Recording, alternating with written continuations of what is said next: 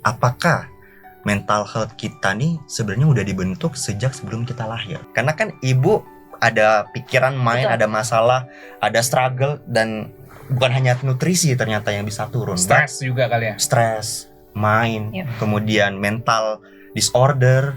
Makanya kan mungkin udah cukup banyak yang ngebahas kalau penyakit mental itu bisa diwarisin secara genetik. Hubungannya antara secure attachment style dan insecure attachment style dengan bucin. Dan kalau misalnya si pasangannya nanti menghilang, wah bisa langsung stres, bahkan bisa gangguan mental gak sedikit loh. Yang misalnya setelah berpisah dengan pasangan itu terguncang, bukan cuman mental, spiritual juga terguncang. Tuh relasi yang paling panjang, jangka panjang itu yang low maintenance justru, bukan yang demanding, bukan yang selalu nuntut. Misalnya kayak ya udah nggak dibalas, mungkin lagi sibuk, mungkin lagi ada kerjaan. Karena kita put trust, kalau emang nanti emang ada apa-apa yang sesuai dengan yang kita takutin, ya udah, mungkin waktunya udah selesai. Tolong jangan berharap bahwa semua relationship itu akan selalu low maintenance. You have to make it gitu. You have to, setuju. lu sama pasangan lo harus ngambrekin dulu dan bikin rules bahwa how we gonna do this gitu kan. Halo, kembali lagi di Sapiopato bersama dengan aku Anes dan Aku Yaser, di mana? di segala kamera. Oke. Jadi hari ini seperti biasa kita keundangan tamu yang spesial banget karena kita mau ngebahas tentang the science of love. Ini orang kan sama ini kan kalau love seakan-akan kayak bucin-bucin doang. Aku nggak tahu apa yang terjadi di kepalaku, di hatiku gitu kan. Nah, kali ini kita mau mengupas salah satu bagian aja ya. Again, ini bukan berarti semuanya langsung kita bahas di sesi kali ini. Hopefully besok-besok bintang tamu kita mau collab dalam video-video lainnya gitu ya untuk menjelaskan love itu lagi. Dan aku ingin memperkenalkan dulu nih, tamu kita adalah Mas Didit atau Mas Muhammad Dwi Wahyu. Boleh dadah-dadah dulu dong. Halo. Oke, nah aku izin memperkenalkan dulu. Mas Didit ini beliau adalah seorang content creator. Awalnya jadi aku ketemu sama beliau tuh di thread ya, melalui kontennya. And then ketika aku kepo-kepoin profilnya tuh kayak, wah anjir nih, gue harus ngobrol nih sama dia gitu ya. Bukan seorang content creator. Content Sabar. creator tuh sampingannya doang. Betul, ternyata kan awalnya gitu kan, gue kehook gara-gara content creator, tahu nggak? Terupanya Mas Didit ini adalah seorang PhD candidate di Biodysfunctional Regulation Medicine, itu under Departemen Psychiatry di Niigata University, Jepang. Oke, pakai bahasa simpelnya. Bahasa simpelnya PhD itu S3 ya? S3. Kalau di S3 Indonesia tuh S3 di bidang psikiater gitu ya. Jadi karena psikiater maka beliau backgroundnya sebenarnya adalah seorang dokter, teman-teman. Beda ya, kalau aku backgroundnya adalah educationnya di psikologi, tapi aku bukan psikolog. Nah kalau beliau legit nih dokter gitu kan. Dan saat ini gitu ya, Mas Didit sendiri juga punya beberapa kesibukan lain, yaitu founder 17 Indonesia, juga founder Cita-Citaku Indonesia. Jadi kalau misalnya nanti kalian mau follow sosial medianya di belakang ya nanti, biar mereka penasaran ya. Oke, nah nanti juga kita mau nge-remind bahwa di setiap akhir video kita gitu ya, kita akan membagikan satu buah buku giveaway, rekomendasinya dari Mas Didit nih gitu. Jadi stay tune, tetap nonton gitu ya, sehingga nanti di akhir dari sesi ini kalian cukup tulis komentar tentang key takeaways apa sih yang kalian udah dapetin dari sesi ini, dan nanti pemenangnya akan kita hubungi secara subjektif seperti biasa. Mana Suka-suka yang kita suka. mana yang kita suka, sangat subjektif. Sangat subjektif. Kita mau membagikan buku-buku ke orang-orang yang pada niat gitu ya. So good luck.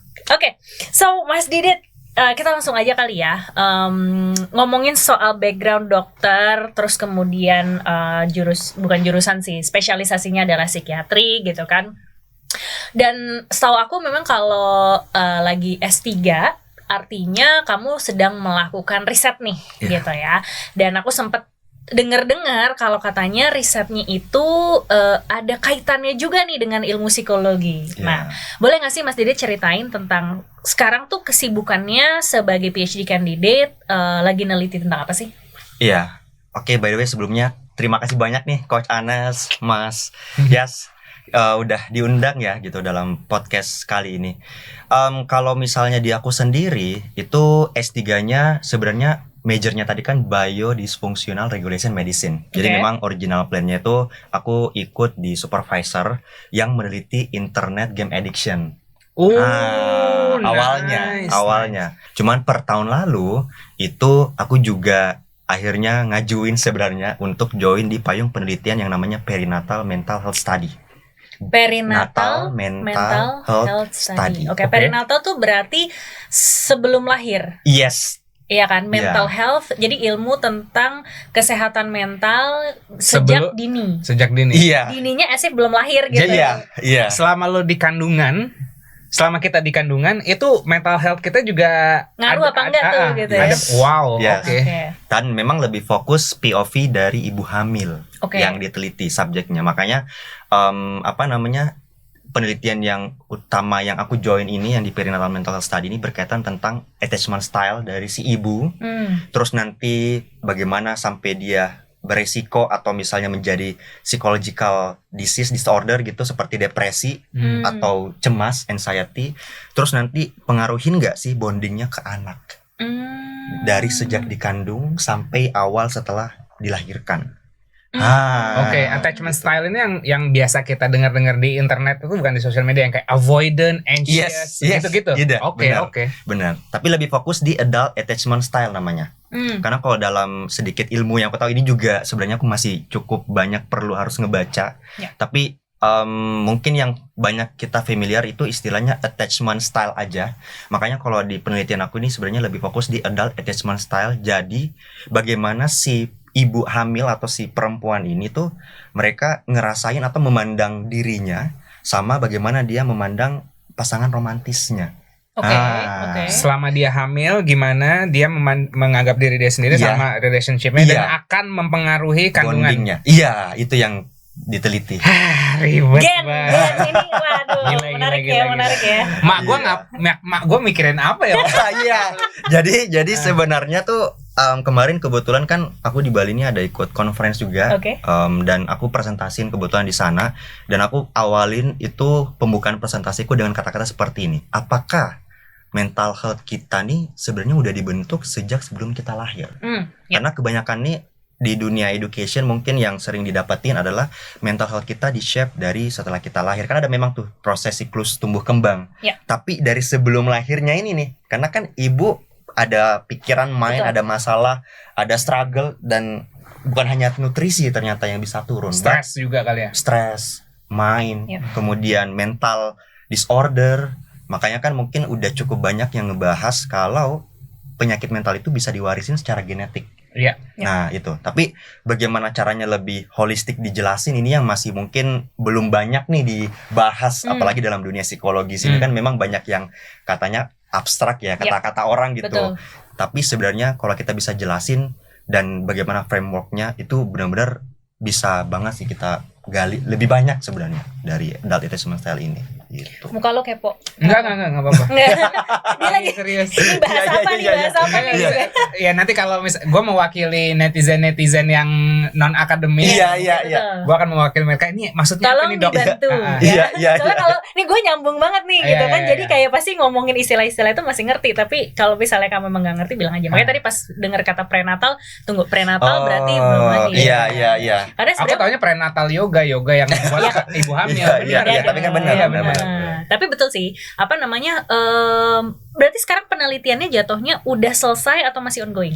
Ya, kebetulan ini sebenarnya penelitiannya udah beres, analisis datanya juga udah beres, manuskripnya udah aku susun, jadi sementara proses submission untuk publish gitu. Cuman kemarin ada kesempatan untuk bisa submit di conference di World Congress Asian Psychiatry kemarin di Bali ini. Jadi aku presentasiin dan senang juga akhirnya bisa cari-cari topik yang serupa karena memang attachment style ini belum banyak diteliti sebenarnya Coach dan Mas Yas. Jadi kayak masih belum banyak. Mungkin tergantung juga ya. Aku setelah nulis dan cari referensi itu memang lebih banyak di Europe. Betul. Lebih banyak. Mungkin Coach juga sempat cari-cari nih karena kan interestnya ke arah relationship juga kan gitu. Dan lebih banyak di Europe sebenarnya yang meneliti gitu. Kalau di Indonesia sendiri itu so far aku nggak ada citasi apapun. Jadi nggak ada ambil referensi dari skala Indonesia gitu tentang. Kalau ngambil referensi di Indonesia yang bisa ngerusak mental. Jadi hal-hal yang ngerusak mental banyak di Indonesia. Ini sumbernya. Oke. Iya. Boleh gak temuin apa kayak gem yang apa berlian yang kamu dapetin dari penelitian kamu ini, boleh di-spill gak? Boleh banget. Jadi sebenarnya intinya tuh mungkin kita udah sering banget dengar, teman-teman juga nih yang nonton mungkin udah familiar banget dengan istilah kita ini sering insecure atau enggak. But that's it gitu. Stop di situ aja. Tapi kalau kita bahas adult attachment style, even attachment style yang tadi Mas Yas juga bilang ada yang avoidant, ada yang ini dan segala macam. Jadi sebenarnya kita nih sebagai individu gitu ya. Ini dari teori yang akhirnya dipakai juga di dalam berbagai penelitian, itu ada. Kebetulan di penelitian aku tuh pakai yang 4 kategori namanya. Jadi ada yang secure attachment style, kemudian ada yang preoccupied attachment style, itu juga biasa disebut preoccupied anxious, gitu. Terus yang ketiga ada dismissive avoidant attachment style, kemudian yang terakhir fearful avoidant attachment style. Dan yang ketiga-tiganya ini yang di belakang ini masuk kategori insecure attachment style. Nah, gitu. Jadi sebenarnya simpelnya, jadi kalau di penelitian aku sendiri itu kalau misalnya si ibu ini itu lebih cenderung punya pola insecure attachment style, termasuk misalnya kayak gini, contoh sederhananya kayak gini. Dalam proses kehamilan itu kan significant life changes yang gak mudah dialamin buat ibu, apalagi 9 bulan dan banyak kondisi medis yang gak bisa diprediksikan. Setuju gak? Apalagi kalau misalnya itu dari kondisi kehamilan, belum lagi kita mau bahas sosio demografi, lingkungan keluarga, kan namanya dinamika hidup. Yang lagi hamil ditekan sama mertua. Aduh. Iya, itu kan another things juga yang apa bermain peran kan sebenarnya. Dan sebenarnya simpelnya adalah kalau si ibu ini sebenarnya bukan hanya ibu, walaupun di penelitian aku ibu, tapi aku sadarnya bahwa buat kita semua juga nih sebenarnya kalau punya kecenderungan insecure attachment style itu kita akan lebih mudah masuk ke dalam perangkap gangguan depresi sama anxiety atau gangguan cemas. Jadi apa-apa tuh kayak aku insecure, jadi fokus kayak misalnya nih aku nggak bisa ngapa-ngapain, terus misalnya nggak tahu juga mau minta tolong apa sama pasangan, atau bahkan kadang tuh misalnya kalau kita mau bahas yang konteks yang fearful, misalnya avoidant, itu aku biasanya bilang kayak gini. Misalnya si ibunya nih udah hamil nih, terus misalnya saatnya udah minta tolong, namanya kan ibu hamil terbatas ya pasti aktivitas fisiknya. Tapi akan ada juga tuh yang bilang aku independen, aku bisa urus diriku sendiri gitu, I can take care myself. Tapi ada juga di situ misalnya pasangannya nyalahin, kamu tuh ngapain sih di sini, kayak nggak ngebantu banyak, tapi nggak tahu juga cara berkomunikasi, misalnya mau minta tolong apa, tapi kayak mengusir si suaminya, tapi kayak lu jangan jauh-jauh, kenapa lu pergi jauh-jauh, lu tinggalin aku misalnya, gue bayang nggak sih? Jadi kayak semacam kayak tarik urul, tarik ulur, aduh, sampai kelupa deh R-nya, ya gitu. Jadi kayak semacam kurang lebih seperti itu yang fearful. Jadi benar-benar kayak kompleks, susah dipahamin. Nah ini nih, biasanya kalau dalam relationship kan biasanya, waduh aku dapat pasangan yang ribet, gak tahu apa maunya. Itu kan sering banget. Ibu hamil ya emang harus ribet, maksudnya lu udah harus kita expect bahwa ibu ini akan ribet dan kita harus full support kan. Jadi jadi kalau aku ini dulu aku simpulin sedikit. Kalau ibu hamilnya stres, ibu hamilnya insecure, anak bakal diwarisin ke anaknya juga. Iya, sebenarnya lebih ke bukan mewarisin, tapi kalau di penelitian aku tuh lebih mempengaruhi bondingnya ke bayi atau anaknya, bahkan sejak dalam kandungan. Bonding. Nah, apa sih ngaruhnya bonding ini? Maksudnya kayak kalau bonding tuh maksudnya ikatan, dia dekat apa enggak? Ikatan emosional. Cara ngurus benar. Iya, bisa dibilang kayak gitu sih. Oke. Termasuk kayak misalnya kan kalau misalnya kadang juga ada mungkin ya beberapa ibu-ibu hamil yang mikir aku hamil. Terus bahkan karena kondisi medis yang sulit atau malah jadi stres, takut kan melahirkan juga, apalagi yang baru pertama kali kan. Ini gimana nih nanti yang melahirkan gitu kan. Jadi banyak ketakutan gitu. Kadang-kadang banyak yang menyalahkan bayinya.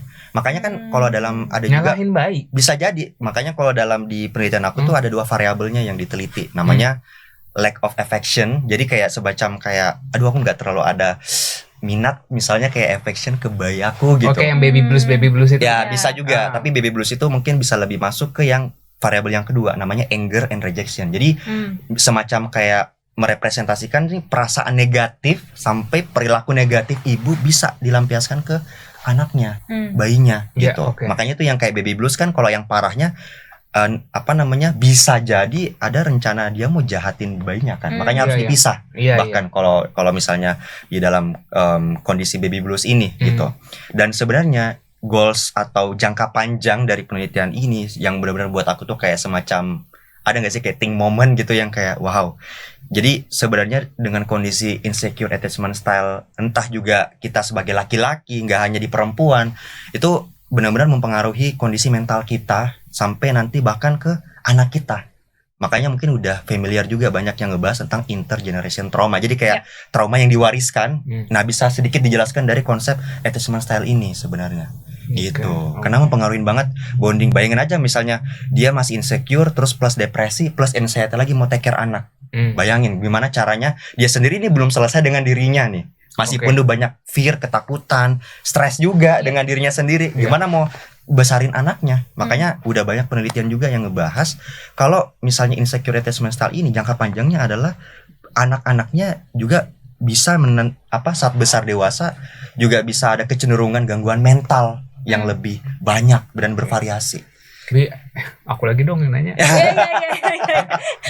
Kamu lagi semangat, silakan. Boleh sayang. Oke, boleh di simplify gak gini? Kalau bondingnya begini, anaknya begini. Kalau bondingnya begitu, anaknya begitu. Boleh dijelasin secara simpel kayak gitu gak? Iya. Apa sulit?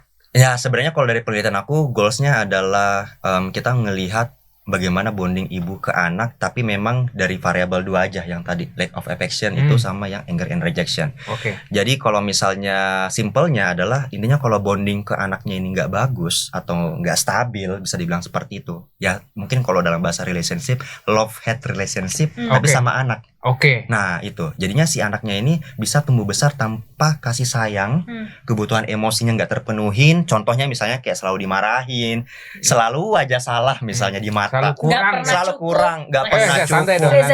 Curhat ya. Oke. Kan mewakili voice banyak anak Indonesia. Selalu dituntut, selalu dibanding-bandingkan, bisa banyak macam manifestasi. Aku yakin teman-teman yang nonton juga mungkin sedikit relate dan resonate dengan apa yang aku sampaikan gitu. Karena memang akhirnya dalam dunia psikologi termasuk tumbuh kembang anak remaja, kita nih dari kecil sampai dewasa ini kan lagi ngecari sosok yang bisa melindungi kita. Betul. Kita ini kan anak kecil tahu apa tentang dunia dan seisinya. Makanya kita butuh attach sama orang dewasa kan. Memang makanya dalam konteks attachment teori ini, jadi simpelnya adalah saat kita tumbuh kecil sampai dewasa itu kita akan mencari tempat perlindungan. Kita mau cari di mana emang misalnya kan gitu. Tapi gimana kalau tempat perlindungannya itu ternyata chaos, ternyata nggak stabil. Sama kayak kita tinggal di rumah, fondasinya bisa langsung jatuh ke bawah. Mungkin dari luar cantik, takutan terus dong. Iya, memang. Jadi takut anaknya. Salah satunya. Makanya nanti tuh dari yang aku sedikit pahamin, ini udah di luar konteks penelitian aku. Aku gabungin dari berbagai referensi lain gitu. Aku nangkapnya intinya kalau kita sering masih terbawa dengan ada luka trauma, itu most likely biasanya kan masih stuck di insecure attachment style ini. Dan ini bukan hanya mempengaruhi ke pasangan romantis, termasuk ke teman kerja.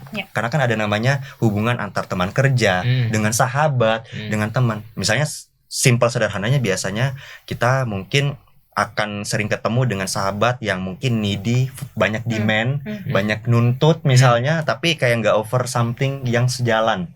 Nah itu, jadi kayak kalau bahasa populernya sih sekarang banyak yang bilang kayak butuh high maintenance friendship misalnya. Contohnya contoh praktisnya di lapangan, maksudnya kayak lu temenin gue dong nonton.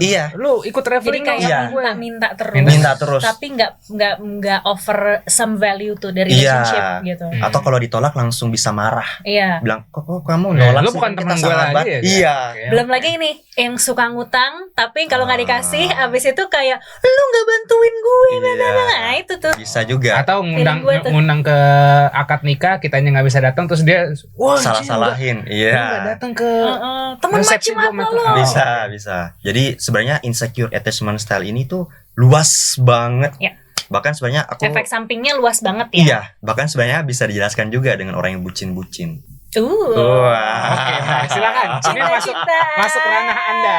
Enggak, kayaknya lu juga tertarik sih mau ngegali. Enggak apa-apa. Aku tadi sempat ini aja sih mewakili yang nggak ngerti akademis, makanya aku bisa kayak dok tolong simplify dong begini begitu gitu. Tapi cukup lupa kita ngomong sama dokter harus dok biarin dong.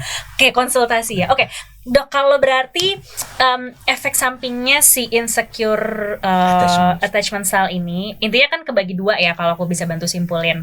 Kita punya attachment style atau attachment itu bahasa Indonesianya apa ya? Keterikatan, yes. Berarti kita punya pola keterikatan dengan orang lain gitu ya. Artinya ini nggak, kalau ngomongin dengan orang lain tuh relationship apapun loh.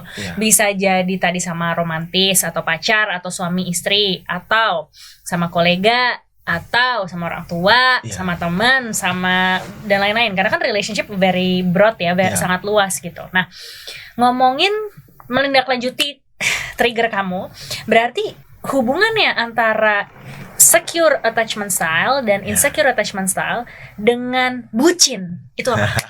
Iya.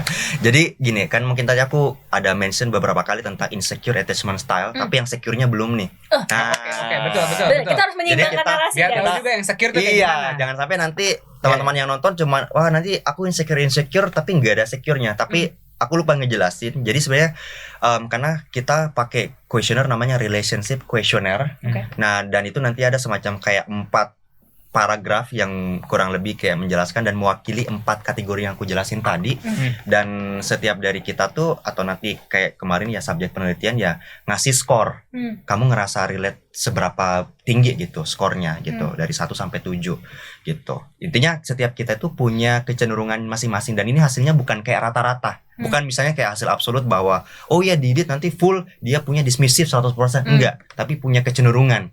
Makanya bisa jadi kita bisa juga secure, bisa juga insecure gitu di saat yang bersamaan gitu. Memang cukup rumit gitu untuk bisa ngejelasin. Tapi at least ini salah satu questionnaire yang dipakai untuk bisa tahu datanya. Kayak jadi intinya proporsi gitu kan ya, proporsi. Jadi misalnya kayak dalam 100% persentase bisa jadi ada orang nggak mungkin cuma yang satu secure doang, tapi pasti ada meskipun dia secure, tapi kalaupun ada luka-lukanya ngebawanya kemana nih, ke anxious atau ke avoidant Jadi ngeliatnya proporsi ya guys, nggak ada yang satu orang cuma secure doang gitu ya, bukan label doang.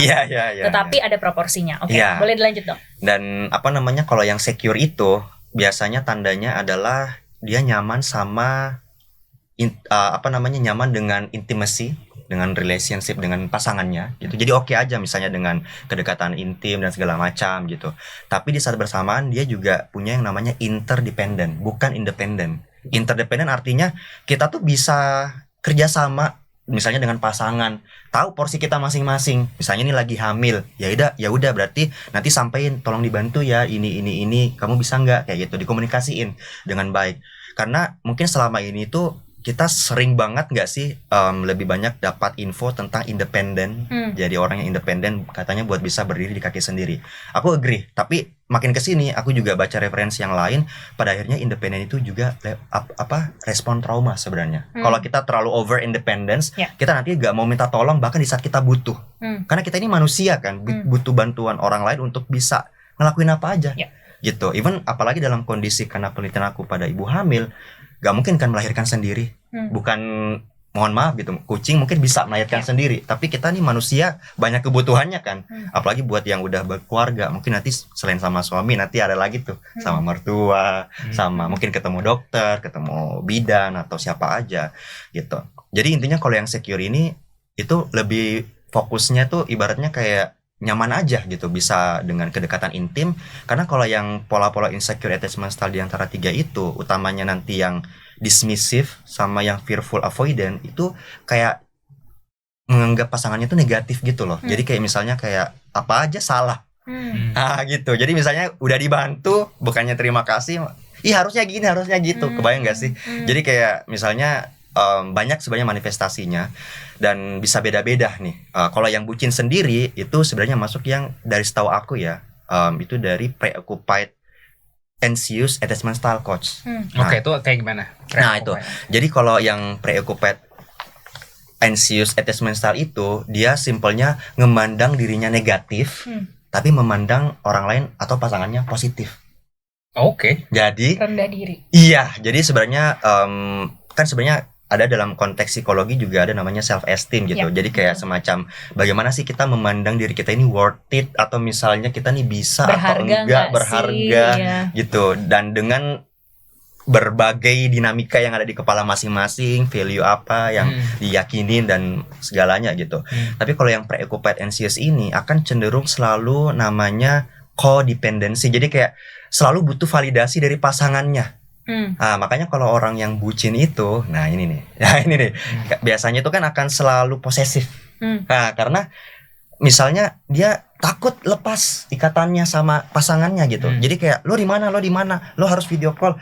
Apalagi dengan, memang harus diakuin ya, dengan zaman sekarang, mohon maaf nih, kasus perselingkuhan makin tinggi. Jadi ada semacam trust issue juga gitu. Tapi yang preoccupied anxious ini benar-benar selalu anxious in many things gitu. Bahkan terkait di luar dengan pasangannya pun juga bisa sering muncul gitu. Karena memandang dirinya negatif tapi selalu melihat dari orang lain kok positif. Ini yang biasa juga mungkin bahasa mudanya adalah selalu melihat rumput tetangga. Jadi apa-apa yang dilakukan sama orang lain mau ngikut. Iri ya. Iya, FOMO juga bisa sedikit dijelaskan dari preoccupied anxious attachment style ini gitu. Karena misalnya intinya sebenarnya aku tangkapnya lebih fokus selalu mencari validasi. Jadi misalnya kayak mau ambil keputusan ragu, harus tanya dulu sama pasangannya. Sebenarnya nggak ada yang salah dengan itu. Tapi kalau yang too much, misalnya bahkan ini aku harus misalnya pakai baju warna apa? Iya, misalnya gitu. Itu harus selalu minta persetujuan. Sebenarnya kalau nanya untuk kepentingan bersama nggak apa-apa. Tapi kalau untuk kepentingan sendiri aja mesti harus dapat konfirmasi dari orang lain, nah itu yang nggak sehat ya. Iya, justrunya jadinya kan juga nanti yang pasangan ibaratnya kayak gini, every single thing harus dipertanyakan, kan udah banyak juga hal yang lagi mau dikerjain ya nggak sih? Betul. Apalagi dalam rumah tangga ini kan lelah. There are a lot of things need to do gitu. Bayangin kalau misalnya si pasangannya selalu bergantung. Jadi memang konsep attachment style ini kan bahas tentang keterikatan. Jadi kita tuh bisa mungkin ngebahasnya tentang selalu bergantung. Nah, kalau yang preoccupied anxious ini, dan selalu ada kayak semacam keraguan yang besar kalau nggak dapat validasi misalnya itu. Jadi kayak bertanya tapi kok kayak digantung. Mungkin sering dengar itu kan, kita ngebahas tentang kita digantung karena bergantung besar sama ini. Dan kalau misalnya si pasangannya nanti menghilang, wah bisa langsung stres, bahkan bisa gangguan mental gak sedikit loh. Yang misalnya setelah berpisah dengan pasangan itu terguncang, bukan cuman mental, spiritual juga terguncang. Banyak karena akhirnya semakin kesini aku juga sadar dan banyak lagi pelajarin bahwa jiwa ini is not only about mental, it's not only about emotional, tapi juga ada spiritual things di dalam, termasuk fisikal. Fisikal ini semua dan ini saling berkaitan satu sama lain, dan udah banyak juga kan penelitiannya, misalnya kayak orang yang menggali dalam tentang spiritual juga nanti, walaupun di konteks attachment style ini aku masih minim juga untuk mengaitkan, tapi dari yang aku pahamin intinya semuanya saling interconnected satu sama lain. Oke. Melanjutkan ini, aku ada 2 nih yang sering. Ngantri dong, salah satu dong. Nggak bisa sekalian. Ini soalnya maksudnya bareng nih, karena tadi kita dengar kata FOMO dan segala macam. Ini 2 nih yang aku lagi masih sering mendengar. 1, perilaku ghosting. Itu kira-kira apakah ada hubungannya dengan attachment style atau tidak? Sama yang satu lagi, perilaku menuntut pasangan. Iya. Karena nih, maksudnya 2 narasi yang kalau ghosting, terutama ke dalam hal dating gitu kan, masih banyak banget orang-orang yang mungkin nggak bisa nge-closure secara sehat. Nge-closure tuh menutup, kayak misalnya kayak menyudahi secara sehat ya. Kayak misalnya kayak dok, kita kayaknya udah gak bisa bareng lagi gitu ya kan. Maksudnya kan mau gak mau kan harus di closure dong, harus. Dan itu gak nyaman tuh. Gak nyaman. Nah itu asumsiku ada hubungannya, tapi correct me if I'm wrong gitu kan. Jadi 1, perilaku ghosting, karena gue pengen nyadarin nih teman-teman di luar sana yang suka mengghosting gitu kan. Coba deh, menurut kamu si ghosting ini apakah ada hubungannya? Mungkin insecure atau enggak. Sama yang satunya lagi adalah menuntut. Karena gimana ya, menariknya dok gitu ya, waktu pas kita bikin konten, banyak banget orang tuh kalau komen gini, cowoknya dong yang begini, ceweknya dong yang begini. Narasinya tuh kayak apa ya, nyalahin terus orang luar. Tapi susah banget untuk mereka mengambil tanggung jawab terhadap apa yang bisa dilakukan sendiri gitu. Jadi seakan-akan tuh always victim gitu loh. Kayak victim mentality gitu kan. Nah ini tuh kayak kira-kira ada hubungannya gak sih sama attachment style? Wow, ini pertanyaan menarik, tapi aku disclaimer dulu nih. Aku maksudnya bisa dibilang kan aku juga statusnya kan masih single juga gitu. Ya. Jadi nanti teman-teman yang nonton ini siapa sih gitu. Jadi bahas-bahas tentang relationship, dia aja belum married gitu. Tapi remember nih dari science. Iya. Jadi aku bahasnya ini dalam konteks dari sedikit keilmuan yang aku tahu dan pelajarin. Kalau dirimu single ya berarti ini single, silakan. Kenapa takut kalau single? Biar lo tahu isinya. Nanti yang nonton ini siapa sih gitu. Jadi emang dia ada bidang apa di relationship ya ini ya tentang attachment style ini gitu. Nah, kalau tentang ghosting sendiri, nah ini menarik juga nih. Karena mungkin ini fenomena yang mungkin gak ada datanya tapi pasti banyak yang relate. Ya kan? Nah, sebenarnya bisa dijelaskan dengan yang insecure attachment style itu, Coach dan Mas Yas. Jadi kalau misalnya orang yang suka ngeghosting itu bisa aja ada di kategori yang dismissive atau yang fearful avoidant. Karena sebenarnya dismissive sama fearful avoidant ini sama-sama punya kategori memandang orang lain negatif. Jadi bisa jadi mereka tuh kayak menghindari karena takut sama intimacy. Takut misalnya untuk terlalu dekat. Biasanya tuh kayak gini kan, kita kan namanya manusia dari kecil sampai besar ya, kita punya proses kita masing-masing, setuju nggak? Kayak mungkin ada juga semacam luka, trauma yang mungkin belum selesai dan segala macam. Jadi ada semacam kayak ketakutan. Misalnya nih, aku nanti kalau dekat sama orang, nanti ditinggal, gak mau. Nah, jadi ada kayak semacam fear of rejection, takut ditolak, atau misalnya nanti takut ditinggalkan, jadi mending aku sendiri aja deh. Itu gara-gara luka, guys. Iya. Gara-gara luka ya, remember, bukan gara-gara kayak ya kan ada sih emang gue memilih begini, tapi kayak enggak kok emang gue maunya begini ya. Kalau narasinya udah kayak gitu kan kayaknya over ya. Iya. Oke, lanjut. Iya, jadi memang bisa dikaitkan dengan trauma. Trauma masa lalu, kalau bahasa populernya sekarang inner child yang terluka. Ini yang cukup sering aku pakai dalam konten edukasi aku sebenarnya. Dan intinya adalah orang-orang yang suka ngeghosting ya itu, mereka tuh sebenarnya hunger for connection. Mereka tahu, karena kan kita ini hidup gak bisa sendiri terus kan. Betul. Setuju gak? Betul. Pada akhirnya even kita single pun pasti kayak aku nih kerjasama dengan banyak orang. Gak bisa nih ngerjain semuanya sendiri. Kita bukan Superman yang bisa punya kesempatan energi 24 jam gak bisa tidur. Setuju gak? Emang ada yang bisa 2 hari aja kita gak tidur pasti udah oleng nih kepala, gak konsen minimal. Paling minimalnya gak konsen gitu. Jadi pada orang-orang yang dismissive sama fearful avoidant attachment style ini itu seakan-akan yang kayak apa aja ini juga bisa nyambung sama yang bisa menuntut. Karena kan memandang orang lain negatif, akhirnya selalu ada yang salah di orang lain.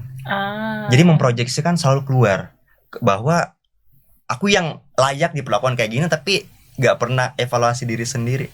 Karena memang akhirnya yang insecure attachment style ini itu udah sering dikaitkan akan memiliki regulasi emosi yang kurang baik. Jadi simpelnya adalah kalau misalnya stres atau marah, dia bakal nggak tahu mau diapain nih marah. Karena kita ini manusia punya banyak emosi. At least pasti teman-teman yang nonton, Coach Anes dan Mas Yas juga at least pernah merasakan bahagia, sedih, marah. Tapi nggak semua orang bisa memaknai marah ini apa. Banyak layernya. Betul. Jadi misalnya kita marah karena ekspektasi nggak terpenuhin, bisa. Kita marah karena kita dimanfaatkan juga bisa. Kita marah karena ini sesuatu yang sangat kita impikan ternyata nggak sesuai dengan kenyataan. So there are a lot of layer. Makanya kalau dalam ilmu psikologi dari sedikit yang aku tahu, kita nggak bisa langsung memaknai bahwa bahkan dengan happiness itu banyak. Kita senang kenapa nih? Apakah karena sesuai dengan ekspektasi kita, atau misalnya ini sesuatu yang lama kita impikan juga bisa. Senang karena orang jatuh? Bisa juga. Senang karena orang lain ada yang ini bisa juga. Iya kan? Bisa juga. Iya dong. Bisa juga. Melihat orang lain ada yang lebih menderita, akhirnya membandingkan dirinya, aku merasa lebih baik.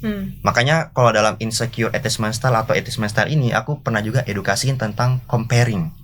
Interesting. Baru mau nanya ke trigger nih. Terus lanjutin. Jadi comparing ini artinya kita sebagai manusia tuh entah sadar atau enggak, bahkan diri aku sendiri itu sering membandingkan apa yang aku dapat gitu dari Yang Maha Kuasa, apa yang aku udah laluin sama orang lain. Agree. Makanya comparing ini terbagi dua lagi sebenarnya, membandingkan ke atas sama ke bawah. Dan yang tadi Mas Yas bilang yang kalau lihat orang lain susah kan sama dengan kita membandingkan diri ke orang yang kita anggap lebih di bawah nih, lebih susah. Makanya kalau yang di bawah ini nanti bisa ada 2 kemungkinan outcome-nya. Pertama, kita bisa jadi lebih bersyukur karena ada orang lain yang mungkin lebih menderita dari hidupku, atau menjadikan ini sebagai aku merasa lebih baik. Gitu. Makanya bisa jadi ada indikasi bahwa Makanya kan juga mungkin sering kita temukan ya orang-orang yang menyepelekan orang yang profesinya mohon maaf gitu secara strata sosial lebih rendah. Penjual es teh misalnya. Waduh. Iya kan? Waduh. Iya, tapi karena aku secara pribadi gini, pada akhirnya kan kita semua manusia gitu. Dan apa namanya? Setiap profesi ya gimana punya ya? fungsinya masing-masing sih untuk tadi mensupport iya, ya. Bayangin kalau semua orang sukses, siapa nanti yang misalnya ada di balik layar? Siapa nanti orang yang bisa misalnya ngebantu kita membereskan rumah kita? Bayangin kalau semua orang kaya dan berduit, ngerjain semua sendiri, udah nggak ada lagi asisten, nggak ada supporter di belakang. Jadi kita nih aku juga sebenarnya secara pribadi masih butuh banyak belajar gitu. Pada akhirnya ya kita membandingkan diri kita sama orang lain itu poinnya apa? Makanya aku sekarang cukup sering juga, kemarin ada sempat buat eventnya itu yang mental block dan bahas tentang insecurity juga. Dan salah satu poinnya adalah comparing. Yang sering juga ini kita bandingin ini adalah kita bandingkan diri kita sama orang yang lebih di atas kita. Nah ini sering kan, ada yang misalnya lebih apa, misalnya ada career path-nya yang kayak this is my dream gitu. Wah, aku mau lihat banget nih. Kan bisa ada pola keterikatan juga yang terbentuk di situ biasanya. Makanya ini mungkin agak sedikit keluar jalur dari relationship. Misalnya nih pada orang-orang yang mengidolkan seseorang. Biasanya itu kan pola keterikatannya strong banget kan. Biasanya apa yang dilakukan sama idolnya ngikut, ngelakuin ini ikut. K-popers dengan fans-fansnya gitu. Iya, itu bisa dijelaskan juga sedikit dari pola keterikatan ini gitu. Jadi bukan hanya tentang ke pasangan, bukan hanya tentang ke orang tua, teman kerja. Ini yang lagi aku mau cari tahu lebih detail adalah sebenarnya keterikatan ini juga bisa terjadi dengan benda mati. Benda mati apa? Tunggu. Sebelum ke benda mati, ini another binatang nih yang kita bahas. Tapi ini simpan dulu yang benda mati. Ini seru juga nih. Benda mati lagi. Gila, banyak banget pertanyaan yang di kepala gue. Tiba-tiba dia ngomong something, ada lagi pertanyaan. Dia ngomong something, ada lagi. Tahan dulu dok. Seru banget ya. Oke, sebelum yang ke benda mati. Nah, lebih sehat mana? Ngebandingin ke bawah apa ke atas? Lebih produktif? Apa? Kita misalnya kayak oke, gue sebagai business owner atau sebagai profesional, untuk kita bisa berhasil berkembang secara sehat, itu baiknya gimana? Compare ke atas atau compare ke bawah? Wah, ini pertanyaan menarik. Ini sedikit dari yang aku tahu. Pada akhirnya tuh membandingkan ke atas dan ke bawah ada tetap possibility yang baiknya dan yang enggaknya. Kalau yang ke atas tadi itu kan kita bisa ngelihat orang ke atas, kita keinspirasi ngelakuin apa aja yang dilakukan, kita mau ikut. Tapi bisa juga nanti jadinya kayak semacam merasa kurang, akhirnya insecure, ngerasa kayak nggak cukup, bahkan bisa ngerasa unworthy. Kayak bermata dua gitu. Iya, makanya jadi membandingkan ini itu menjadi senjata bermata dua, tergantung kita melihat dari arah yang mana dan mau bawa ke arah yang mana. Makanya biasanya aku saranin buat teman-teman juga yang biasa ikut di project Mental Block Series dari 17 yang udah berapa kali aku buat, itu aku saranin kalau misalnya kita membandingkan diri kita sama orang yang mungkin kita anggap lebih di bawah, coba cari possibility untuk apa yang kita bisa syukurin dari hidup kita. Jadi kita bisa arahkan dengan gratitude journaling. Jadi nulis apa berkah yang kita dapetin dari Yang Maha Kuasa yang mungkin nggak semua orang bisa dapetin. Setuju nggak? Misalnya kita ini bisa tidur di tempat yang alhamdulillah layak gitu. Tapi banyak orang yang nomaden, nggak tahu gitu tidurnya di mana dan segala macam. Aduh sorry, kadang-kadang tuh aku agak emosional. It's okay. Kan balik lagi patuh. Iya. Emosional. Apa ya? Jadi itu poin positif kebijaksanaan yang kita bisa lihat kalau membandingkan diri ke yang di bawah. Kalau membandingkan diri sama yang di atas, kita bisa lihat itu tadi inspirasinya. Misalnya nih kita ngelihat ada orang yang sukses di standar kita. Kan sukses ini subjektif juga sebenarnya. Gak ada standar baku sukses itu apa sih indikator absolutnya. Jadi setiap orang kita juga beda-beda nih. Coach Anes juga mungkin beda, Mas juga mungkin beda, aku juga beda. Pada akhirnya setiap hal yang kita lihat di atas ada inspirasi yang kita bisa ambil, atau mungkin biasanya aku saranin coba cari tahu apa kebiasaan pola habit yang baik yang dilakukan sampai dia bisa seperti sekarang. Karena aku percaya nggak ada yang instan di dunia ini.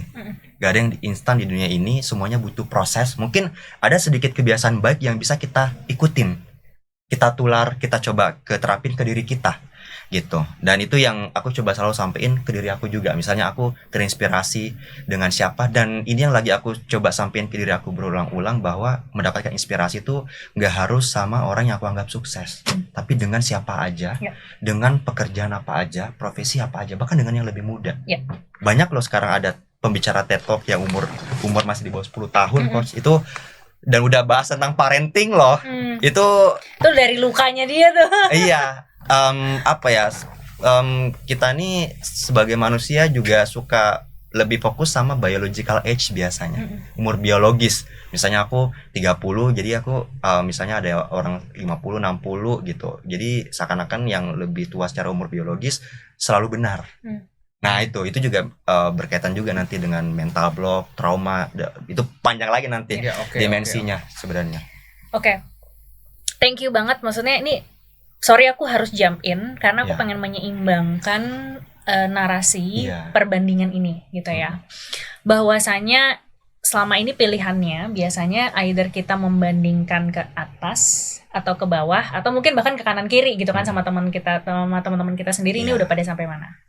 Aku mau berbagi wisdom dan berbagi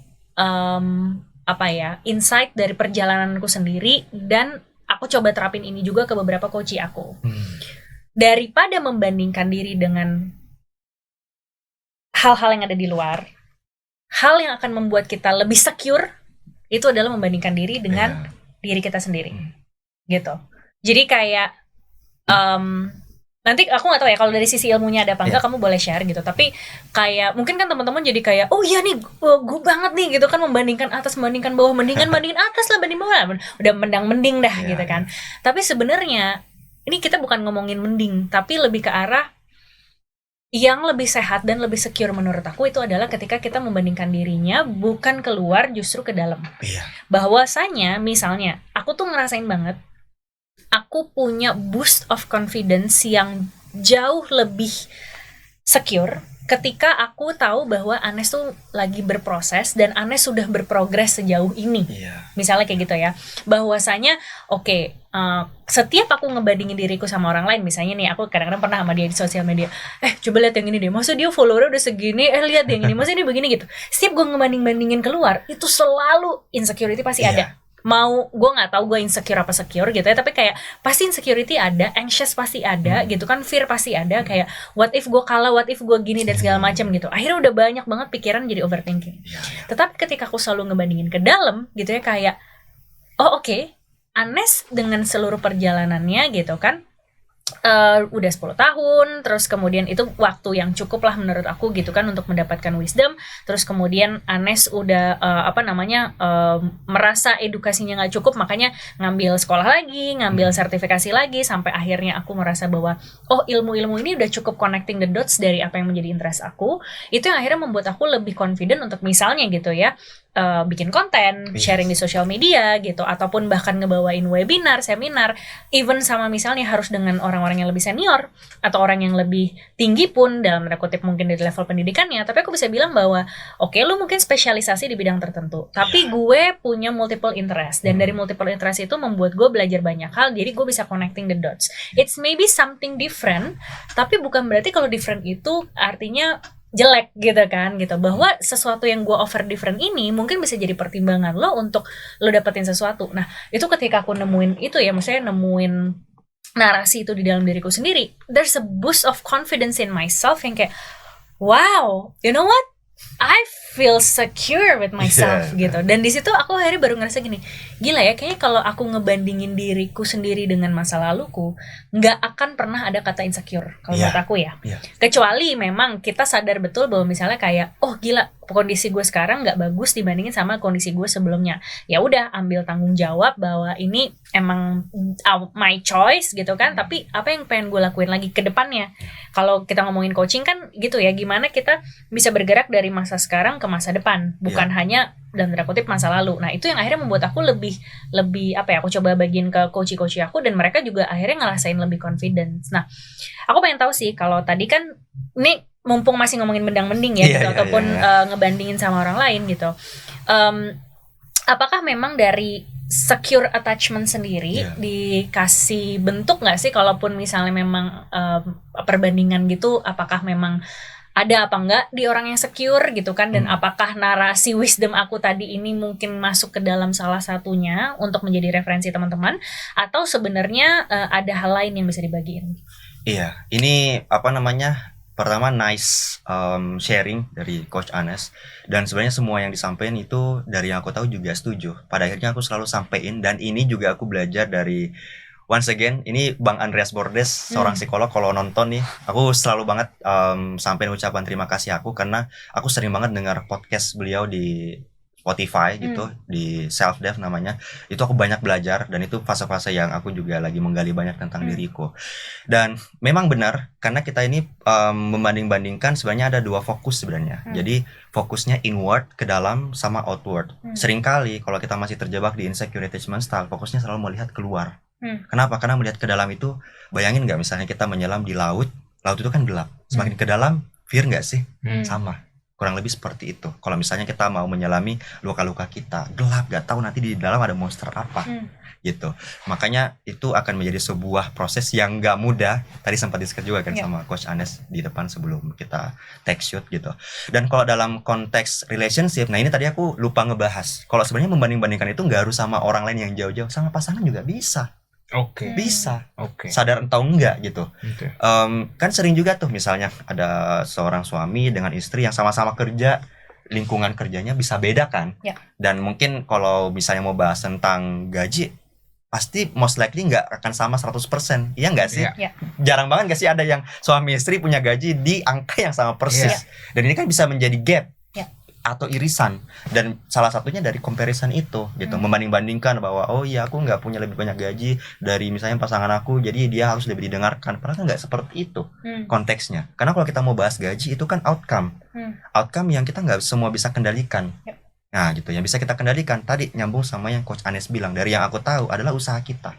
Kita nggak bisa mengontrol hasil nanti sukses mau kayak gimana, gaji kita gimana, nanti ketemu dengan orang yang kayak gimana, toksik atau enggak, mungkin nanti ada ujiannya seperti apa, itu adalah hal-hal di luar kendali kita gitu. Tapi yang kita bisa kendalikan ya ourselves, the only one gitu. Itu yang aku pelajarin banyak dari selama 3 tahun belakangan ini.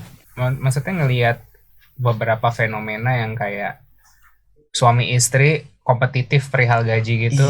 Nah itu gimana ya? Maksudnya kayak aku bingung sih sebenarnya. Mungkin aku minta pencerahan juga. Ada yang ini gue sok-sok polos ya. Gue sok-sok polos aja. Ada yang kayak gini. Oh ya karena istri gajinya lebih tinggi, dia yang bisa decision making. Nah ini pernikahan atau investor sih gitu kan. Yang investnya lebih tinggi, punya suara lebih banyak gitu kan. Kayak maksudnya kalau dari pengalaman kita sih, kita fluktuatif. Dia pernah yang gajinya lebih tinggi dari aku pernah gaji tinggi lebih dia. Tapi sebenarnya perihal decision making kita nggak based on itu sih. Aneh sih menurut aku gitu. Nah bagusnya gimana sih untuk ini cukup masuk di konteks gak sih dari masuk ya? Bisa, nah masuk. Gimana caranya nge-manage ini perihal kayak lebih sehat mana sarannya dokter nih kayak untuk decision making antara dua insan di dalam satu pernikahan, ngelihatnya dari mana gitu? Apakah dari karena gajinya gedean lu yang bisa decision making, atau apa sih? Ada faktor yang lain nggak yang bisa membuat proses pengambilan keputusan lebih sehat? Yes. Ini thank you banget nih Mas Yas buat pertanyaannya, ini menarik juga nih untuk kita ulik, karena memang dalam dunia relationship kan juga maknanya luas, gak hanya buat yang pasangan romantis, mungkin nanti buat teman-teman juga mungkin sama kerabat, keluarga. Ini kan every single connection yang kita bangun sama orang-orang kan beda-beda nih. Belum lagi nanti bahas yang professional work. Tapi dari sedikit yang aku tahu, ini juga aku dapat insight ini dari baca buku 7 Habits of Highly Effective People. Ini menurut aku buku yang salah satunya banyak merubah hidup aku.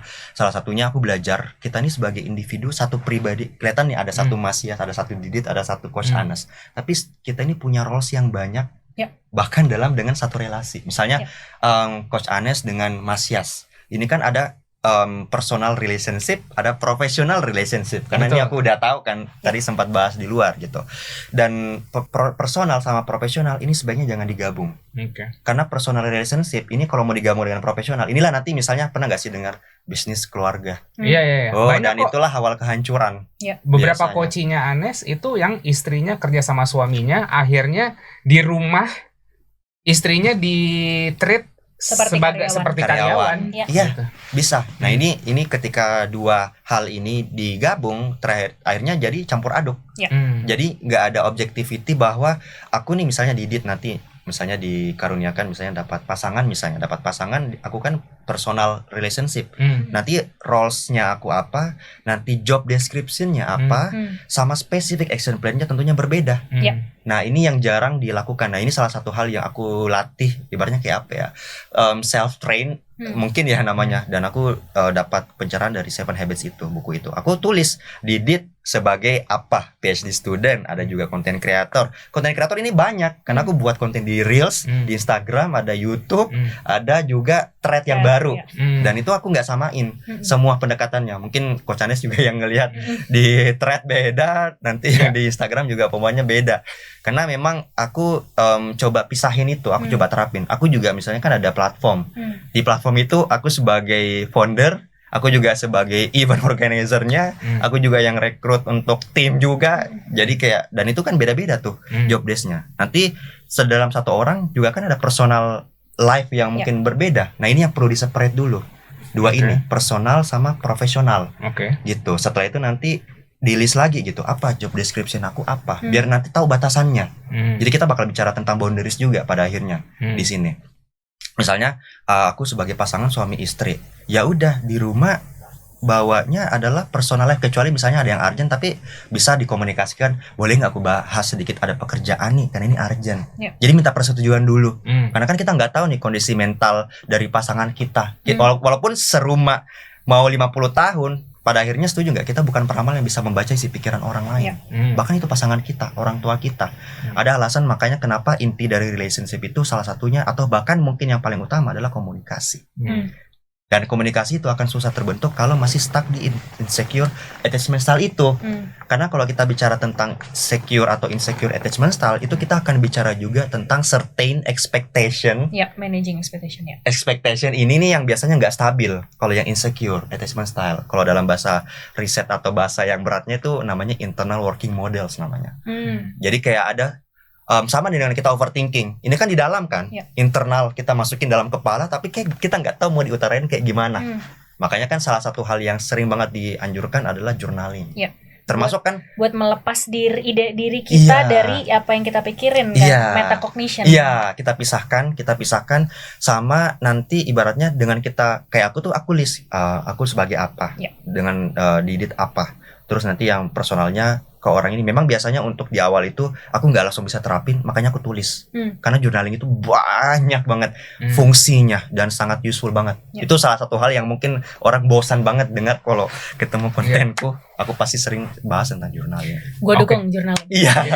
Jadi anggapannya kalau aku tarik lagi sedikit ke belakang, untuk kita bisa berfungsi di dalam satu relationship rumah tangga dan decision making yang nggak based on gajinya gedean siapa, tapi jangan ngelihat kalau udah masuk rumah udah nggak ngelihat jabatan, udah nggak ngelihat yang ini CEO, yang ini cuman manajer, udah nggak ada tuh, dilepas semua identitas pekerjaannya nyampe di rumah.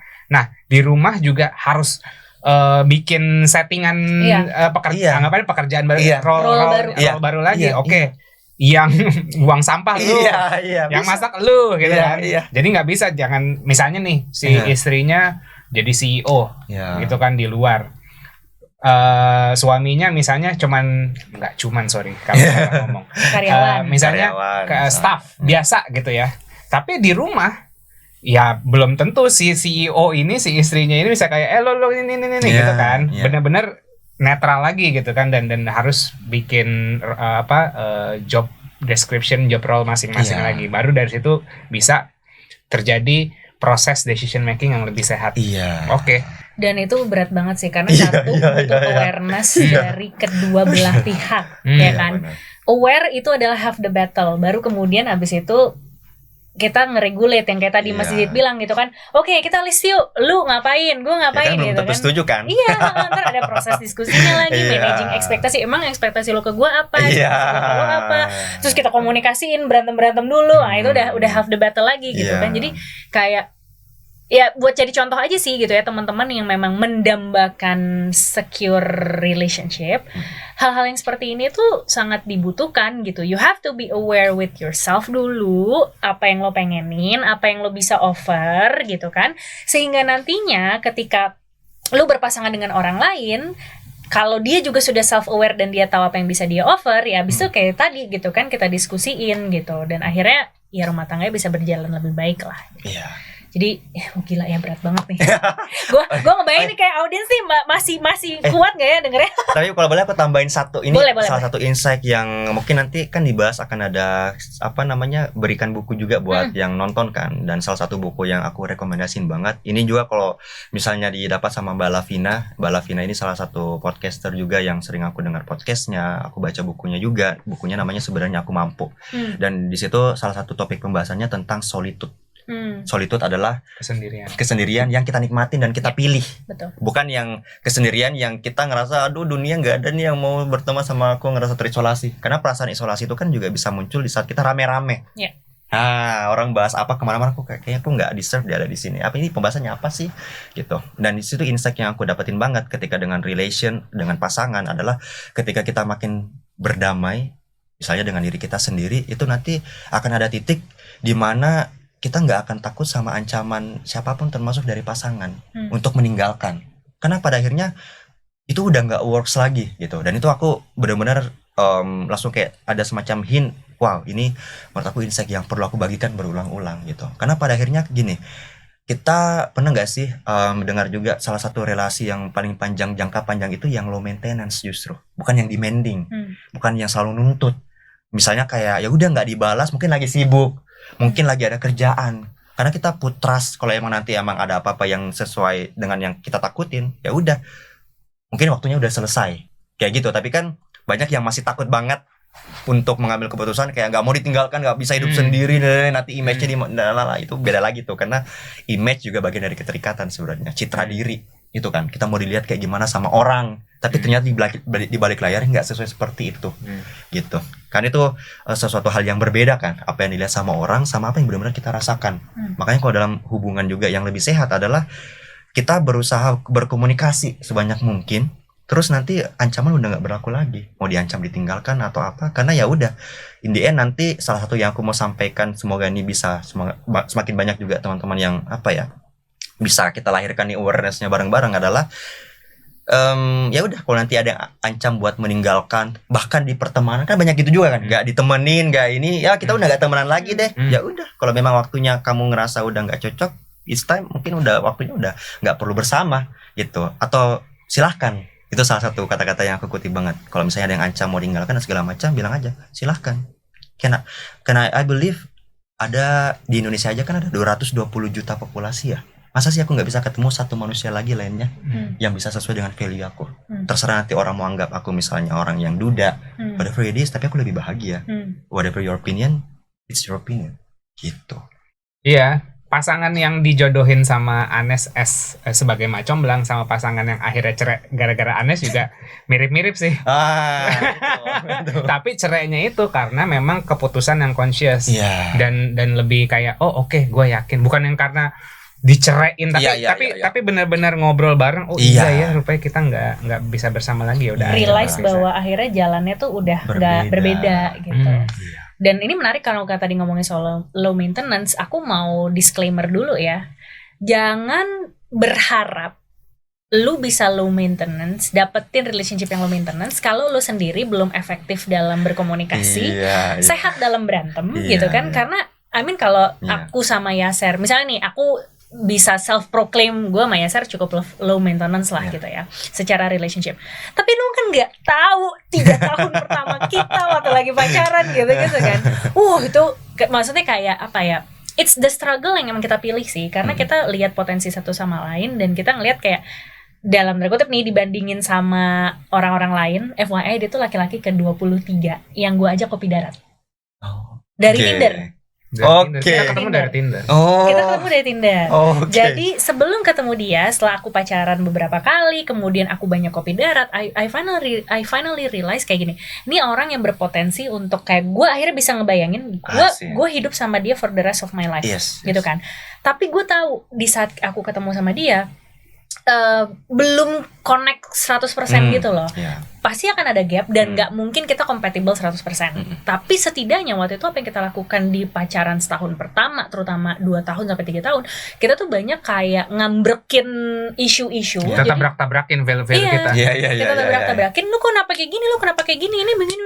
Pokoknya kita, tapi untuk nyari understanding, bukan nyala-nyalain. Kok lu begini sih? Karena gue begini-begini. Oh gitu, oke. Kok lu begini sih? Kalau gue begini. Oh gitu, yaudah kita cari jalan tengah gitu. Terus kita abis ini maunya gimana nih gitu kan. Karena lu punya latar belakang lu, gue punya latar belakang gue gitu. Nah, sama halnya kayak ini salah satu, maksudnya kalau kita ngomongin kita sudah aware akan lebih mudah untuk ngeregulasi relationship. Salah satu contohnya tuh yang selalu kita banggakan adalah karena waktu itu dia tuh introvert banget, ya kan? Sedangkan aku extrovert banget. Jadi gue nggak masalah lah ketemu dia tiap hari dan segala macam. Nah dia waktu lagi lovey-dovey-nya tuh, lagi euforianya gitu kan. Terus dia beberapa hari tuh sama aku 3 hari berturut-turut kita ketemu terus. Ada satu momen tuh dia kayaknya drain gitu. Artinya dia memang butuh ngecas sendiri. Tapi dia waktu itu ngilang. Dia nggak confirm apa-apa sama aku. Dia tahu-tahu ngilang. Terus gue gini kayak, oke, dia kenapa ngilang ya? Tapi ini aneh banget, soalnya dia yang semangat buat deketin gue, tapi abis itu dia ngilang, kayaknya bukan gue deh. Kayaknya dia, ada something wrong with him deh.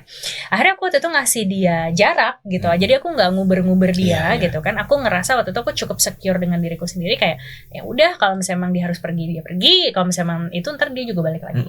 Selang 1-2 hari dia akhirnya balik lagi. Terus aku tanya, kenapa? Lo what's wrong? Dia bilang, ya gue capek sih, ternyata gue nggak bisa tuh terus-terusan sama lo, gue perlu ada waktu untuk gue sendiri meregulasi diri sendiri. Terus aku bilang gini, oke, nggak apa-apa, FYI gue tuh bisa lo ngasih lo waktu dan jarak. Tapi yang gue nggak suka dari perilaku lo saat itu adalah lo tidak mengkonfirmasi ke gue bahwa lo butuh waktu dan jarak. Ini kan butuh kedewasaan ya, dan proses yang panjang sampai akhirnya gue bisa kayak gitu. Kalau gue yang dulu pasti kayak, lo ngapain ngilang, ya udah lo gak usah sama gue lagi. Pasti gue udah kayak gitu gitu kan. Nah akhirnya waktu itu kita sampai dapat kita bikin satu rules untuk diri kita sendiri. Kita bikin rules keyword namanya sejenak dan mari. Jadi siapapun yang lagi butuh waktu me time, solitude, dia harus bilang sejenak. Artinya untuk ngasih tahu si lawan bicaranya bahwa gue butuh waktu sebentar, gue mau be in solitude. Gue bukan ngapa-ngapain, gue bukan selingkuh, enggak gitu. Gue I just wanna be with myself gitu kan. Udah, ketika udah selesai, orang yang bilang sejenak itu dia harus bilang mari lagi. Artinya mengkonfirmasi gue udah siap. Gue udah siap untuk ngobrol. Nah di momen itu baru aku biasanya nanya kalau misalnya dia waktu itu lagi butuh, kenapa kemarin gitu. Jadi dia kan kalau memproses emosi agak lama nih, 3 hari nih dia biasanya nih. Jadi kalau misalnya ada suatu kejadian yang signifikan, aku nggak bisa langsung nanyain, hey how are you feeling gitu kan. Dia pasti ntar kalau gue tanyain kayak gitu dia kayak belum selesai diproses, marah-marah gitu kan. Oke, udah. Gue nunggu 2-3 hari baru sayang kemarin kenapa? Oh ya kemarin tuh jadi gini ya, itu udah mulai lebih enak tuh. Akhirnya kan gue jadi tahu, oh dia butuh memproses emosi berapa lama. Akhirnya gue butuh ngasih jarak dan waktu berapa lama gitu kan. Dan ya itu baru akan terjadi setelah kita tabrak-tabrakin value-nya gitu. Akhirnya bisa low maintenance, ada sejenak dan mari karena kita udah bikin rules. Jadi kayak tolong jangan berharap bahwa semua relationship itu akan selalu low maintenance. You have to make it gitu. Lu sama pasangan lo harus ngambrekin dulu dan bikin rules bahwa how we gonna do this gitu kan. Nah sekarang bagian aku nanyain personal deh. Kenapa masih single sampai sekarang? Dok, kenapa dok? Coba dok. Boleh sharing-sharing nggak? Apa namanya? Kalau mungkin ini teman-teman yang dokter yang nonton ini cukup relate karena kan kita kuliah kedokteran itu cukup lama kan, 6 tahun. Terus jenjang karirnya kan ada profesional, ada akademik. Kayak aku ini kan ambil S3, tapi nanti kalau balik masih satunya dokter umum. Nah itu karir profesional beda lagi, harus sekolah lagi 4 tahun. Karena apa? Mungkin ada banyak pertimbangan. Salah satunya yaitu dan itu aku baru temukan pada saat aku lagi sementara PhD juga gitu. Aku sadar bahwa aku perlu banyak menyelesaikan luka-lukaku dulu sendiri sebelum aku memutuskan untuk komit. Karena ini anak orang nih. Dan aku sebagai suami kebetulan dari sedikit yang aku tahu juga, misalnya dalam agama yang aku pegang nih, laki-laki ini punya fungsi yang tanggung jawabnya besar, harus diakuin dari yang aku tahu gitu, dari sudut pandang aku, harus menjadi pelindung nih buat keluarganya, bukan cuma buat istri, nanti ada anak-anaknya juga, tapi nggak melupakan juga perannya ke orang tua, khususnya ibu sama saudara perempuan. Nah itu yang benar-benar buat aku kayak wah, ini aku gak pengen nanti jadiin pasangan aku jadi bemper. Tapi ini yang juga yang menjadi titik question adalah mau sampai kapan. Memang ini menjadi sebuah pertanyaan, dan mungkin nih karena aku juga kan kebetulan belum sampai di kelompok usia 30-an sebenarnya. Jadi masih cukup banyak pengen nge-explore personal development juga in terms of career opportunity sebenarnya. Karena aku cukup, tadi sempat cerita kebetulan sama Coach Anes, aku sebenarnya lebih senang yang dynamic. Jadi kerjain itu, makanya aku juga kan ada project S2, S3, study abroad. Aku tipikal intinya kayak hidup itu sekali, ya udah explore banyak aja, karena ada yang namanya great unknown, itu yang selalu aku bilang gitu. Kita ini punya potensi terpendam yang mungkin Tuhan titipin ke kita gitu, tapi orang lain bahkan kita nggak tahu kita bisa. Itu juga misalnya kayak Coach Anes juga dengan kan sempat cerita nih dari perjalanannya dari S1 sampai yang sekarang, kan kita nggak bisa tahu kalau kita nggak cobain. Ya.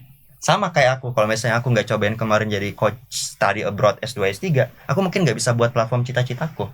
Mungkin aku juga nggak bisa tahu kalau aku bisa buat podcast kalau aku nggak coba. Awalnya jelek juga. Jadi aku setuju banget tadi yang dibilang, kita ya cukup compare diri kita sama diri kita yang kemarin. Karena kalau kita mau lihatnya keluar, nggak akan selesai. Di atas langit masih ada langit. Gitu. Jadi nggak akan ada habisnya. Capek sendiri nggak sih kayak gitu. Iya. Gitu. Nah, kan bisa dibilang dirimu memang highly productive individual. Nah, amin ya. Iya. Salah satu challenge-nya high productivity individual ya itu nggak punya waktu untuk romance lah gitu. Chunk of time-nya nggak ada nih, nggak ada waktunya gitu. Drama-dramanya sih. Harus PDKT lagi, nanya-nanya apa segala macam. Aku pengen tahu dari perspektifmu, Dok,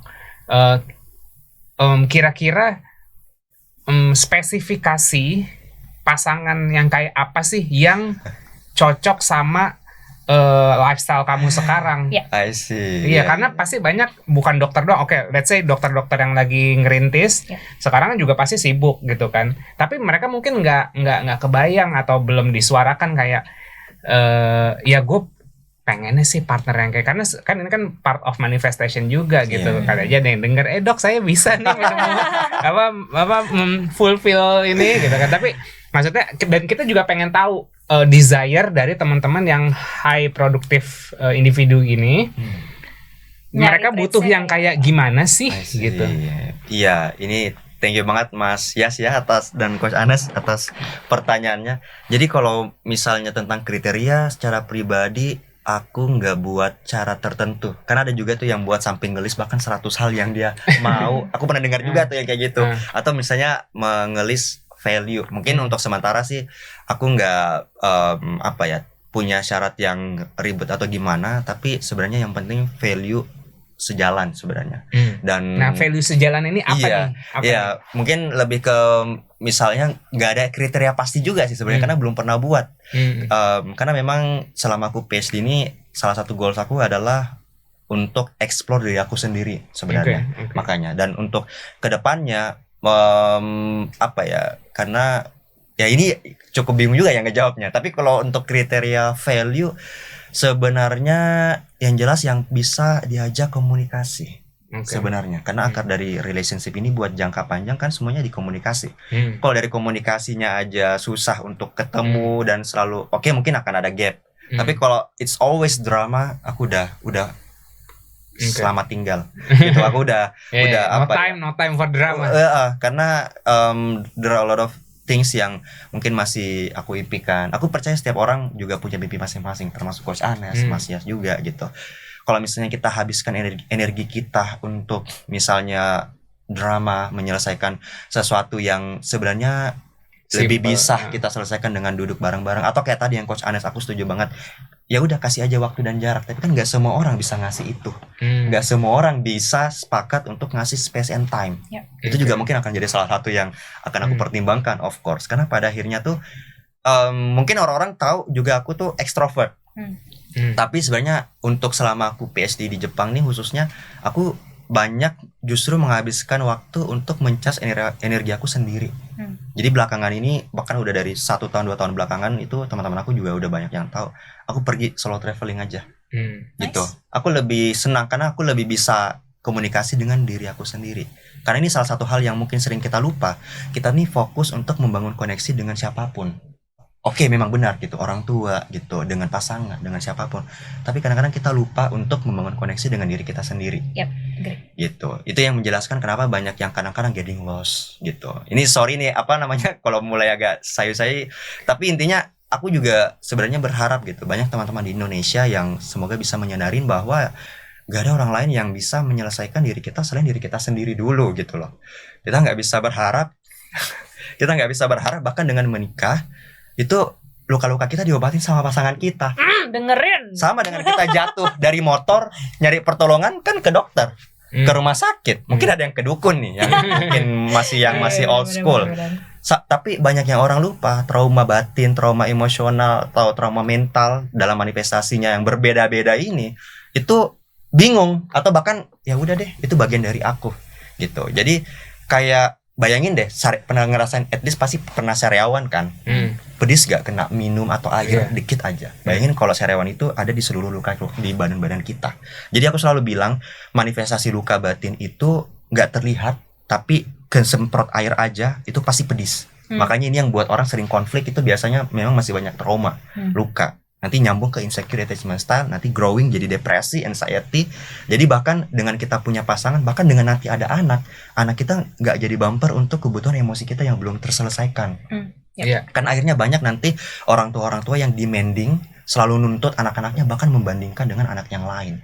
Dan itu akan menjadi luka buat si anak itu, tumbuh besar, nanti dia akan selalu merasa nggak cukup, bahkan sampai paling parahnya nggak ngerasa pantas bahkan hidup di dunia ini. Nauzubillah min dzalik. Jadi siapapun yang nonton sih di podcast siapapun yang nonton ini, yang mau jadi partner saya sekalian nggak apa-apa. Nggak, soalnya gini, aku cuma mau membawa ini jadi agak lebih ceria. Iya, kebayang. Iya. Maksudnya, pertanyaan ini tuh sebenarnya gini, kalau lawan bicaraku yang memang pandangannya ngelihat partner dari sisi fisikal, aku akan nanyain value. Terus emang value lo apa? Nah kalau ini kan udah ngomongin value. Nah aku mau bermain sini, nggak apa-apa ya? Iya. Kita main-main aja. Aku punya 2 pertanyaan, satu buat dokter, satu buat kamu. Oke. Kok gue dibawa-bawa? Ini kita biar seru ya. Iya. Oke.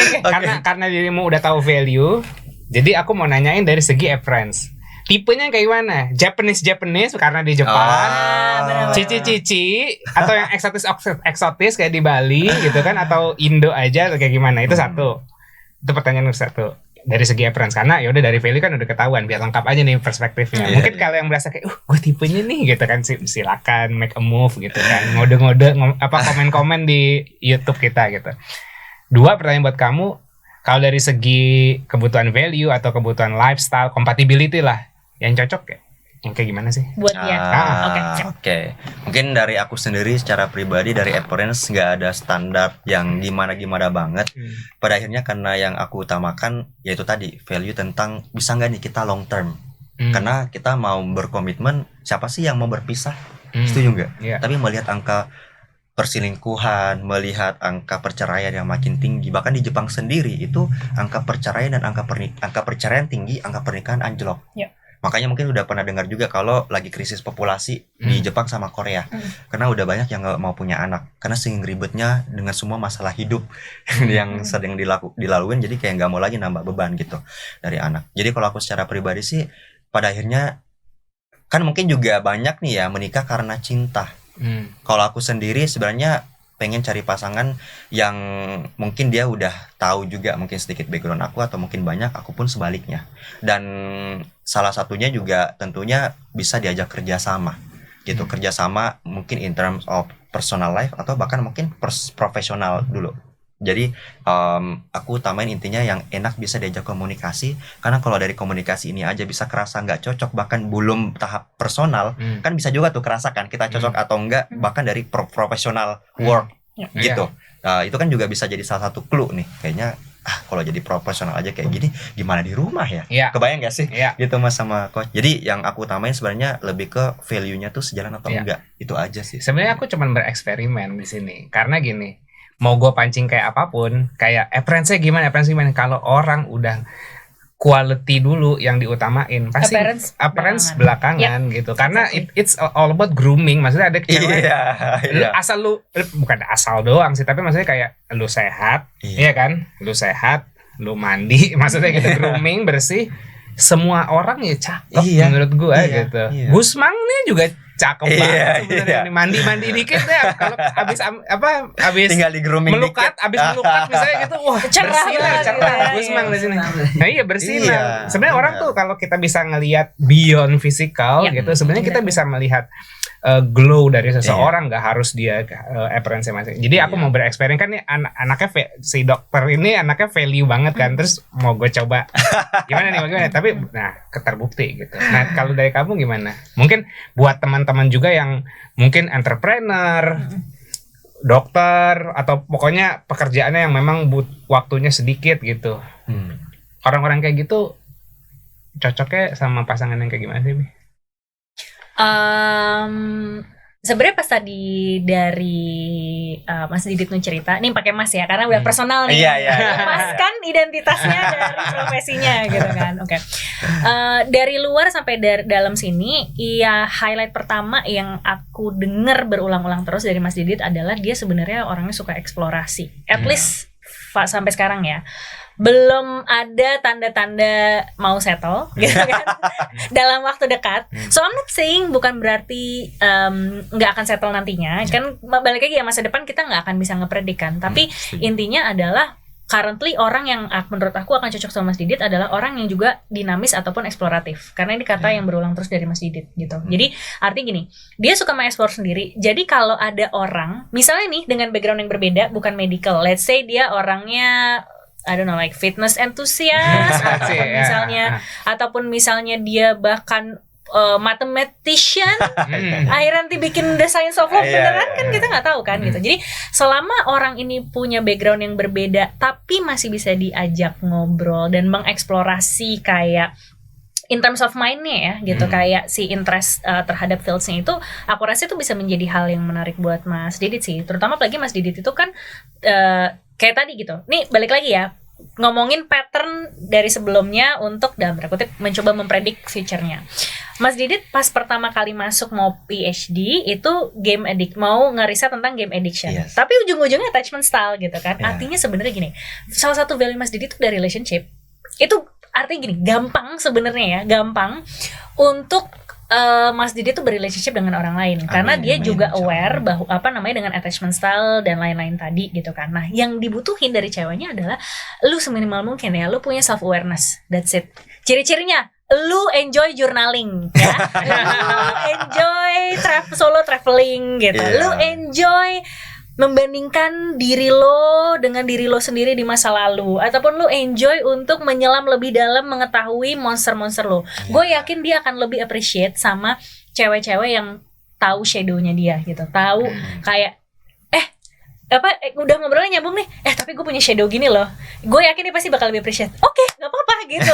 Yang penting lu lu udah work on yourself ya kan, setengah matang nih gitu. Gue juga udah work on myself. Ya udah nanti kita tinggal cari jalan tengahnya gitu. Karena itu tadi gitu. To predict the future pasti bakal susah. Aku juga karena belum nanya at this stage, disclaimer adalah aku belum nanya gitu kan aspirasinya ke arah mana. Tapi so far dari apa yang sudah dijelasin sama Mas Didit, eksplorasi, orang yang eksploratif, orang yang dinamis, orang yang mau coba sesuatu hal baru, orang yang masuk ke dalam, orang yang punya self awareness, orang yang minimal lu tuh tahu emosi apa yang lagi lo rasain gitu ya. Masalah nanti ini emosinya asalnya dari mana dan segala macam, dia bisa bantu. Tenang, dia adalah psikiater ya. Nah, terus lu aware dulu, ini gue lagi marah apa gue lagi apa nih gitu. Jadi itu yang pertama. Joker yang sedang mencari yang Harley Quinn ya, benar. Nah, sama satu lagi kalau menurut aku juga gini sih. Di sisi lain butuh orang yang karena aku ngeliat Mas Didit kayaknya willing to support juga gitu orang lain. Jadi pasti butuh orang yang juga willing untuk support kayak tadi gitu. Yang willing untuk disupport. Kadang-kadang ini itu bisa juga interdependent kan. Iya, willing untuk disupport dan juga willing untuk mensupport secara secure. At least gini, lu nggak harus secure attachment style, lu nggak harus punya secure attachment style, tapi at least lu tahu lu secure-nya bagian mana sehingga lu bisa meregulasi itu. That's it sih, gitu. Nah, ngomongin soal supportan itu, iya kenapa tadi aku bilangnya willing untuk support Mas Didit juga gitu. Karena tadi kan gue juga jadi lupa kan tadi mau ngomong apa.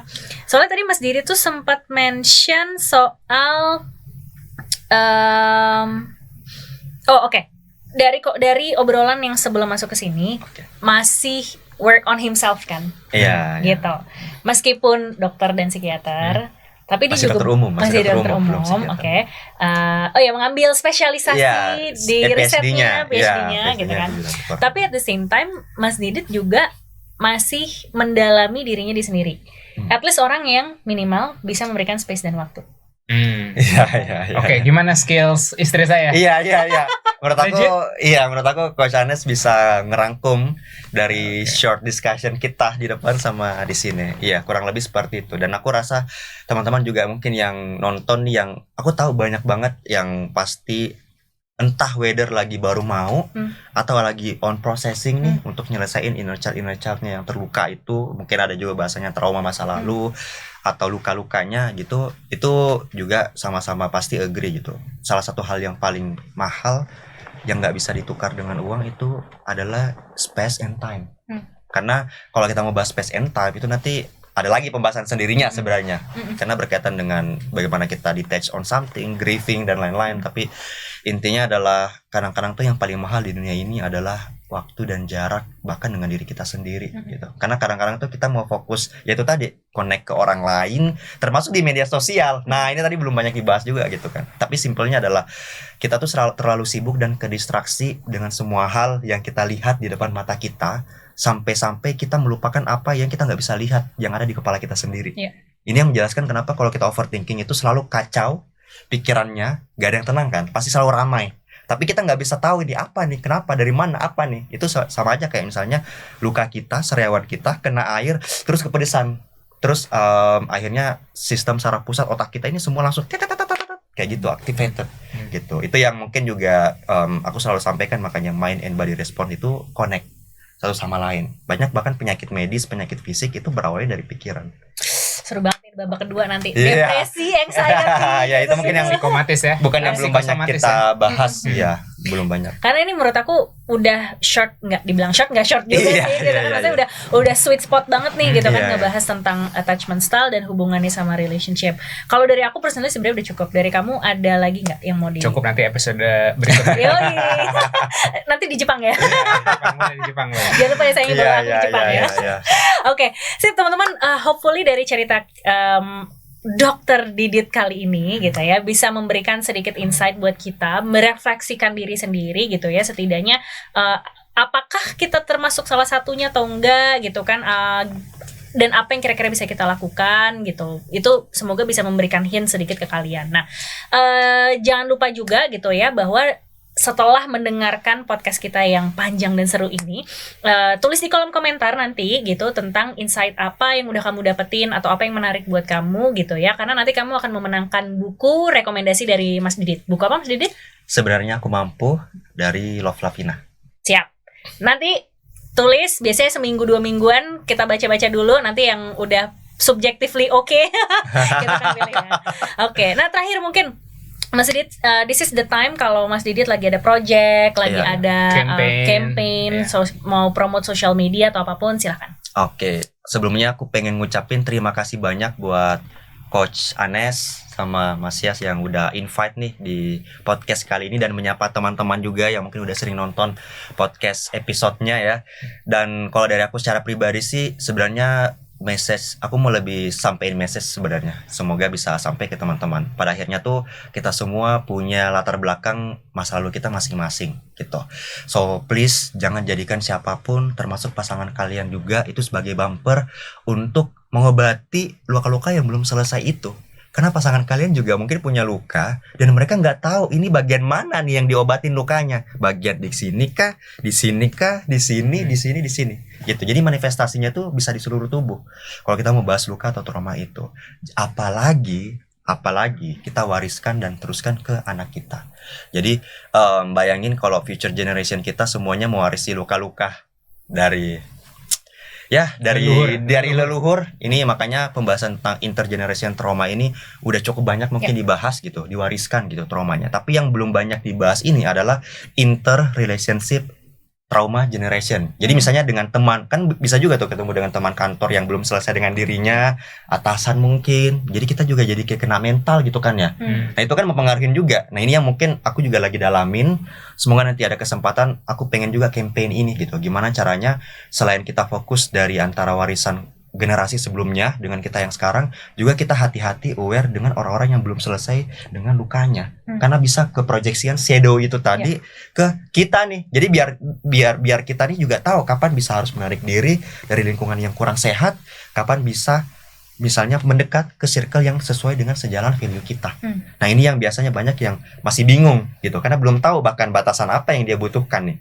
Nah ini boundaries ini makanya penting banget dalam konteks kesehatan mental, mungkin udah banyak banget dibahas. So harapan aku buat teman-teman yang nonton, obatin luka-luka kalian yang belum kering gitu. Mantap. Sosial medianya Dok, silakan.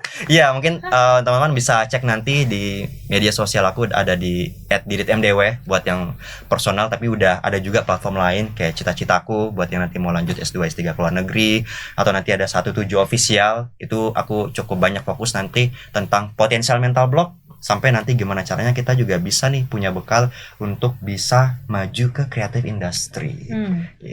Gitu aja. Terima kasih banyak. Terima kasih. Oke, kalau gitu thank you so much sekali lagi Dokter dan Mas Didit udah mau sharing. Mas Dokter. Iya, Mas Dokter.